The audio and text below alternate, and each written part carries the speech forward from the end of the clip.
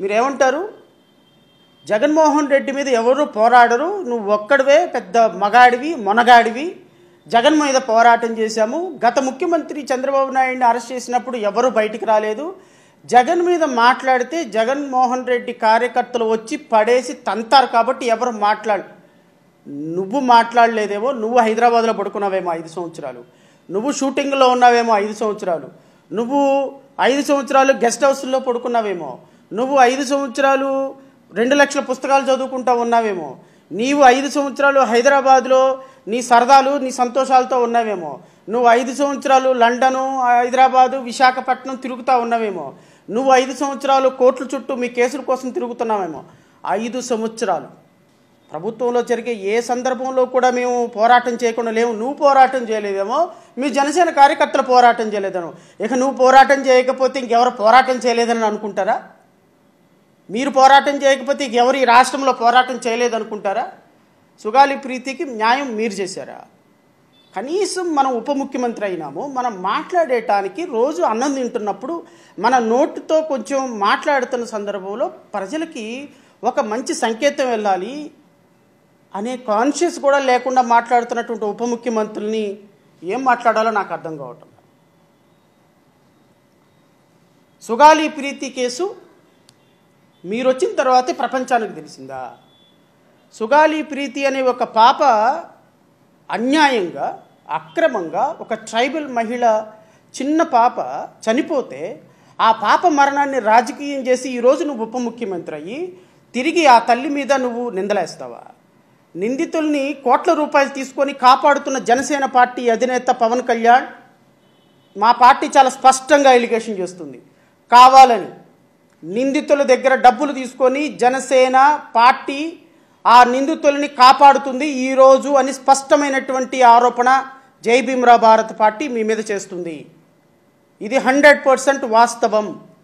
కావాలని మీరు ఈ కేసును సిబిఐకి వెళ్లకుండా అడ్డం పడుతున్నారు, కావాలని ఈ కేసుని మ్యానిపులేట్ చేస్తున్నారు, కావాలని ఆ తల్లికి అన్యాయం చేస్తున్నారు, కావాలని నిందితులకు కొమ్ముగాస్తున్నారు.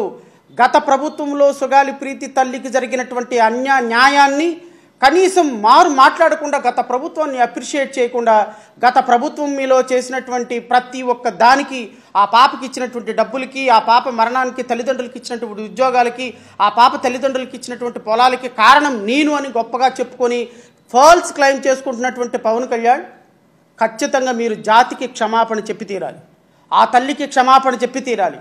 ఈ మరణాన్ని నేను రాజకీయంగా వాడుకొని ఈరోజు ఏరు దాటిన తర్వాత తెప్ప తగిలేస్తున్నానమ్మా, నన్ను క్షమించు అని ఆ తల్లి కాళ్ళ మీద పడి నువ్వు క్షమాపణ కోరేంత వరకు ఈ రాష్ట్రంలో ఏ దళిత జాతి నిన్ను నిద్రపోనివ్వదు. ఖచ్చితంగా రాజకీయ సమాధి కట్టేంత వరకు కూడా రాష్ట్రంలో ఉన్నటువంటి ప్రతి దళిత బహుజన కులాలు గొంతెత్తి ఆ తల్లి వెంట నడవాలని నేను మా పార్టీ తరపు నుంచి నేను మీ అందరిని కూడా కోరుతాను. ఇంకొక మాట మాట్లాడిన తర్వాత నేను సబ్జెక్ట్లోకి వస్తాను. పొద్దున జనసేనకి చెందినటువంటి ఒక అధికారి, వాస్తవంగా ఈ మాట నేను ఈ వీడియో చూపించకూడదు అనుకున్నాను, కానీ జనసేనకి చెందినటువంటి ఒక అధికార ప్రతినిధి మాట్లాడినటువంటి మాటలు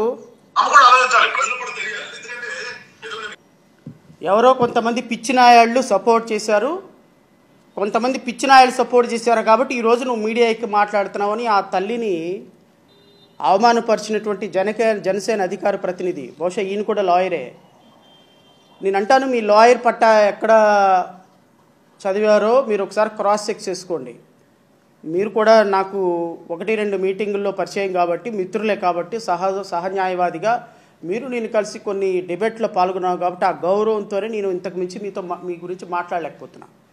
లేకపోతే ఎవరో కొంతమంది పిచ్చినాయాళ్ళు సపోర్ట్ చేస్తున్నారు అంటే సపోర్ట్ చేసిన వాళ్ళంతా పిచ్చినాయాళ్ళేనా? మరి 2020లో 2021లో 2022లో మీ అధినాయకుడు సపోర్ట్ చేశాడు కదా, అతను కూడా పిచ్చినాయాలు అందామా? సపోర్ట్ చేసిన వాళ్ళంతా పిచ్చినాయాళ్ళు అయితే, ఇప్పుడు ఈమెకు సపోర్ట్ చేసిన వాళ్ళంతా పిచ్చినాయాళ్ళు అయితే మరి నిజంగానే 21లో 22లో సపోర్ట్ చేసిన వాళ్ళని ఏమనాలి? వాళ్ళు రియల్ పిచ్చినాయాళ్ళు అందామా? మీలాంటి వాళ్ళందరూ వెళ్ళి కర్నూలు వెళ్ళి గొడవ చేసినప్పుడు మీ అందరూ పిచ్చినాయాళ్ళు అయిపోయినారా? నెంబర్ 1. నెంబర్ 2, మా సోదరుడికి చెప్తున్నా, జనసేన అధికార ప్రతినిధులకి, పవన్ కళ్యాణ్ వెళ్ళిన తర్వాత ఎస్సీ ఎస్టీ కేసు కట్లా, పవన్ కళ్యాణ్ వెళ్ళిన తర్వాత వీళ్ళకి బెనిఫిట్స్ రాలా. ఫస్ట్ తెలుసుకున్న తర్వాత మాట్లాడితే చాలా మంచిది. ఈ కేసులో 19/8/2017 12 గంటలకి మధ్యాహ్నం 19/8/2017 తారీఖున ఈ పాప మరణం 12 గంటలకి హాస్టల్ గదిలో జరిగింది. 2017లో జరిగినటువంటి ఈ మరణం జరిగినప్పుడు ఆ రోజున అధికారంలో ఉన్నది తెలుగుదేశం పార్టీ, జనసేన పార్టీ, భారతీయ జనతా పార్టీతో కూడినటువంటి కూటమి ప్రభుత్వం అనాలి. బహుశా పవన్ కళ్యాణ్ అధికారంలో లేకపోయి ఉండొచ్చు, కానీ ఆ రోజున మద్దతు ఇచ్చి బీజేపీ, తెలుగుదేశం, జనసేన 3 కలిసి పార్టీలు 2014 ఎన్నికల్లో పోటీ చేసి ఆ రోజు ఎన్నికల్లో పోటీ చేసిన మీరు ఒక విధంగా మీ ప్రభుత్వ హయాంలోనే సుగాలి ప్రీతి కేసు జరిగిందన్న విషయాన్ని మర్చిపోవద్దు. ఆ రిపోర్ట్ జరిగిన వెంటనే, ఇన్సిడెంట్ జరిగిన వెంటనే తాలూకా పోలీస్ స్టేషన్ కర్నూలు వాళ్ళు crime number 221/2017 dated 19/8/2017 for the offence under section 302, 201 read with section 34 of IPC, section 3 sub clause 2 sub clause V of SC/ST prevention of atrocities act and section 10 of POCSO act 2012 కట్టారు. ఎంతమంది మీద కట్టారు? 3 మీద కట్టారు. తెలుగుదేశం, జనసేన అధికార ప్రతినిధి పిచ్చి నాయాళ్ళు అని మాట్లాడేటువంటి మైండ్ లేనటువంటి ఇంకొక పిచ్చి నాయాలతో నేను చెప్తున్నా, మీ పవన్ కళ్యాణ్ ఎంటర్ అయిన తర్వాత SC/ST కేసు కట్టలేదు నాయన. మీ పవన్ కళ్యాణ్ ఎంటర్ అవ్వకముందే, మీ పవన్ కళ్యాణ్ గెస్ట్ హౌస్లో నిద్రపోతున్నప్పుడే, మీ పవన్ కళ్యాణ్ గెస్ట్ హౌస్లో సినిమా షూటింగ్లో బిజీగా ఉన్నప్పుడే, మీ పవన్ కళ్యాణ్ ప్యాకప్ స్టార్గా మిగిలిపోయిన రోజునే 2017లోనే SC/ST కేసు కట్టి, ఆ SC/ST కేసు కట్టినటువంటి ప్రభుత్వం గత ప్రభుత్వంలో జరిగినటువంటి ఇన్సిడెంట్ అనే విషయం కాస్త కాన్షియస్లో పెట్టుకొని మాట్లాడండి. నెంబర్ 2, నిన్న ఉప ముఖ్యమంత్రి పవన్ కళ్యాణ్ మాట్లాడుతున్నారు, నేను ఈ కేసు నా వల్ల బయటకు వచ్చింది, నా వల్ల బయటకు వచ్చిన తర్వాత ఈ కేసులో చాలా అంశాలు ప్రపంచానికి తెలిసినాయి. నేను సీఎం అయిన తర్వాత, డిప్యూటీ సీఎం అయిన తర్వాత డీజీపీతో మాట్లాడాను, నేను డిప్యూటీ సీఎం అయిన తర్వాత వాళ్ళతో మాట్లాడాను, వీళ్ళతో మాట్లాడాను, DNA మ్యాచ్ అవ్వటం లేదు, ఆధారాలు ఏమి లేవని డీజీపీ చెప్తున్నారు. నేనేం చేయగలిగింది? నేను కోర్టును కాదు కదా, నేను ఇన్వెస్టిగేషన్ ఆఫీసర్ని కాదు కదా, నేను ఏం చేయగలను? నా స్థాయిలో ఉన్నంత వరకు నేను చేశాను, నా మీద రాళ్ళు వేస్తున్నారని మాట్లాడుతున్నారు. ఈ మంగళవారం కబుర్లు ఆపండి. ఈ మంగళవారం కబుర్లు ఆపితే చాలా మంచిది రాష్ట్ర ప్రజలకి. నేను స్పష్టమైనటువంటి అవగాహనతో మాట్లాడుతున్నా, గౌరవ ఉప ముఖ్యమంత్రి పవన్ కళ్యాణ్ గారు, మీరు 2021-20 సంవత్సరంలో సుగాలి ప్రీతి వాళ్ళ మదర్ దగ్గర నుంచి ప్రతి డాక్యుమెంట్ చదివిన తర్వాత, ఆ రోజున ఇన్వెస్టిగేషన్ ఆఫీసర్ తప్పులున్నాయి, ఇన్వెస్టిగేషన్ ఆఫీసర్లు కుమ్మక్కైనారు, ఆ పాప పోస్ట్ మార్టం రిపోర్ట్లో, విస్రాలో అన్ని రిపోర్ట్స్లో స్పర్మ్ కనపడింది, ఇది ఎంత దారుణమైనటువంటి విషయం అని మాట్లాడి ప్రతి ఒక్క సందర్భంలో పోస్ట్ మార్టం రిపోర్ట్ దగ్గర నుంచి, 161 స్టేట్మెంట్ దగ్గర నుంచి, ఛార్జ్ షీట్ దగ్గర నుంచి, ఎఫ్ఐఆర్ దగ్గర నుంచి, కంప్లైంట్ దగ్గర నుంచి చూసిన తర్వాత మీరు ప్రాథమికమైన నిర్ధారణకు వచ్చిన తర్వాత ఎలిగేషన్ చేశారన్న విషయాన్ని మర్చిపోమాట. ఈరోజు కేవలం ఉప ముఖ్యమంత్రి అయినారు కాబట్టి స్కిప్పింగ్ క్యాట్ లాగా ఈరోజు నాకేం తెలుసు, DNA రిపోర్ట్ మారిపోయింది, అసలు DNA రిపోర్టే లేదంటున్నారు పోలీసులు అని చెప్పటం, నిందితులను కాపాడటానికి ఒక్కసారిగా ఇన్వెస్టిగేషన్ మొత్తాన్ని బయాస్డ్ ఇన్వెస్టిగేషన్ మార్చడానికి మీరు చేసిన ప్రకటన. చాలా స్పష్టంగా చెప్తున్నా నేను, పవన్ కళ్యాణ్ నోటి నుంచి వచ్చిన ప్రతి మాట వల్ల ఈరోజు తేలుతుంది, సుగాలి ప్రీతి కేసులో నిందితులకు శిక్ష పడదు. సుగాలి ప్రీతి పాప కేసులో నిందితులందరూ కూడా ఈరోజు చట్టం నుంచి తప్పించుకోవడానికి మార్గం సుగమం అయింది. ఇది పవన్ కళ్యాణ్ మాటలతో స్పష్టమవుతుంది, పోలీసుల యొక్క విచారణతో స్పష్టమవుతుంది.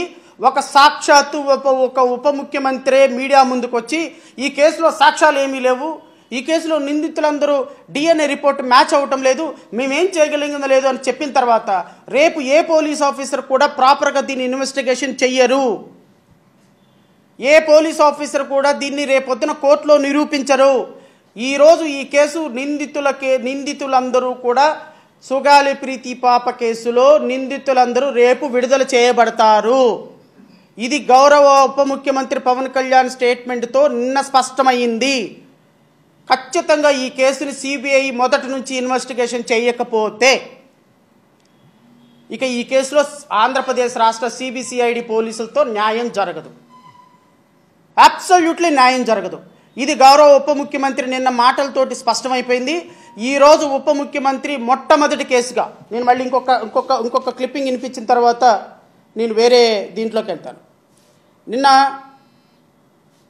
మాట్లాడినటువంటి ఉప ముఖ్యమంత్రి మాట్లాడినటువంటి ఒక మాట నాకు చాలా బాధ అనిపించింది.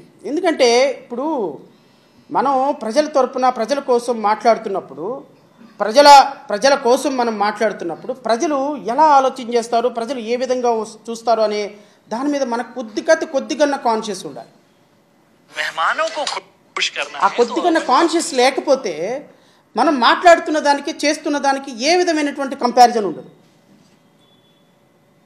నేను సుగాలి ప్రీతి గారి అమ్మగారిని కలిస్తే ఆవిడికి పాప దివ్యాంగురాలు, అన్న నా బిడ్డను చంపేశారన్న 2 సంవత్సరాలు అయిపోయింది, ఎవరు పట్టించుకోవట్లేదు, అందరం ఇన్సూరెన్స్లు ఇచ్చిన వాళ్ళే ఉన్నాము ఇప్పుడు ముఖ్యమంత్రితో సహా. నాకు మొరేలు చాలా లోకి ఉండింది ఆ రోజున. ఏదో నిలబడ్డాం, ఒక మాట మాట్లాడాం, తర్వాత దాన్ని కర్నూలు తీసుకెళ్ళాం. ఆ ఒత్తిడి పెడితే ఎంతో కొంత కదిలింది, ఇంకా న్యాయం జరగలేదు. సిబిఐ దాకా వెళ్ళింది అంతే, ఇంకా న్యాయం జరగలేదు. మన గవర్నమెంట్ ఫామ్ అవగానే ఫస్ట్ కేసు సుగాలి ప్రీతి మన గవర్నమెంట్ ఫామ్ అవగానే ఫస్ట్ కేసుగా సుగాలి ప్రీతి తీసుకుంటా కేసు. దానికి ఎదురు కూర్చున్నటువంటి గొర్రెలందరూ కూడా చప్పట్లు కొట్టడం, ఇది మన రాజకీయ వ్యవస్థ. నేను అడుగుతున్నా ఉప ముఖ్యమంత్రి పవన్ కళ్యాణ్ని, ఏమైపోయింది ఫస్ట్ కేసు? ఏమైపోయింది? ఎన్ని ఫస్ట్ కేసులు ఉంటాయి? మీరు రావటంతోనే 40,000 కంపెనీలకి భూములు కేటాయించేశారు. నాకు తెలిసి కొన్ని 100 కోట్ల రూపాయల ప్రజాస్వామ్యంగా బద్ధంగా కొన్ని 100 కోట్ల రూపాయలు జనసేన అకౌంట్లోకి ఏ నెలకు ఆ నెలలో వచ్చేస్తూనే ఉన్నాయి. తెలుగుదేశం ప్రభుత్వం చేసే షేరు మరి నాకేంటి అని అంటున్నారు. తెలుగుదేశం ప్రభుత్వం 1000 కోట్లు తీసుకుంటే మీ షేర్ 250 కోట్లు మీకు వచ్చేస్తుంది. భారతీయ జనతా పార్టీకి వెళ్ళాల్సిన 100 కోట్లు భారతీయ జనతా పార్టీకి వెళ్ళిపోతున్నాయి. సో కూటమి ప్రభుత్వంలో స్పష్టంగా సుష్టిగా 4 పూట్ల భోజనం జరుగుతుంది, చక్కగా విందు భోజనం దొరుకుతుంది. మీకు చక్కగా ఎవ్రీ మంత్ మీకు రావాల్సినటువంటి అమౌంట్ అంతా మీ అకౌంట్లో పడిపోతుంది. ఇంకెందుకు మీకు ప్రాబ్లము? ఇంకేముంది? మీకు ఇబ్బందికరమైన పరిస్థితి ఏముంది? హ్యాపీగా మీకు రావాల్సిన డబ్బులు మీకు వచ్చేస్తున్నప్పుడు సుగాలి ప్రీతి అవసరమేలే. ఇప్పుడు నిన్న సుగాలి ప్రీతి వాళ్ళ వాళ్ళ మదర్ బయటకు వచ్చి మాట్లాడింది కాబట్టి ఈ రోజున ఆమెని ఇష్టం వచ్చినట్టు మీ జనసేన నాయకులందరూ దాడి చేస్తున్నారు. ఇప్పుడు ఆమె మీ మీద రాళ్ళు వేసేటువంటి, కాయలు కాసే దానికి రాళ్ళు వేసేటువంటి ఒక పరిస్థితికి వచ్చేసింది. ఇప్పుడు ఆవిడ మీ దృష్టిలో తప్పుడామా? ఇప్పుడు ఆమెని వైఎస్ఆర్సీపీ పార్టీ నడిపిస్తుంది. ఈ ఇన్సిడెంట్ తెలుగుదేశం హయాంలో జరిగిందన్న విషయం మనకి స్పృహ లేదు గౌరవ ఉప ముఖ్యమంత్రి గారికి.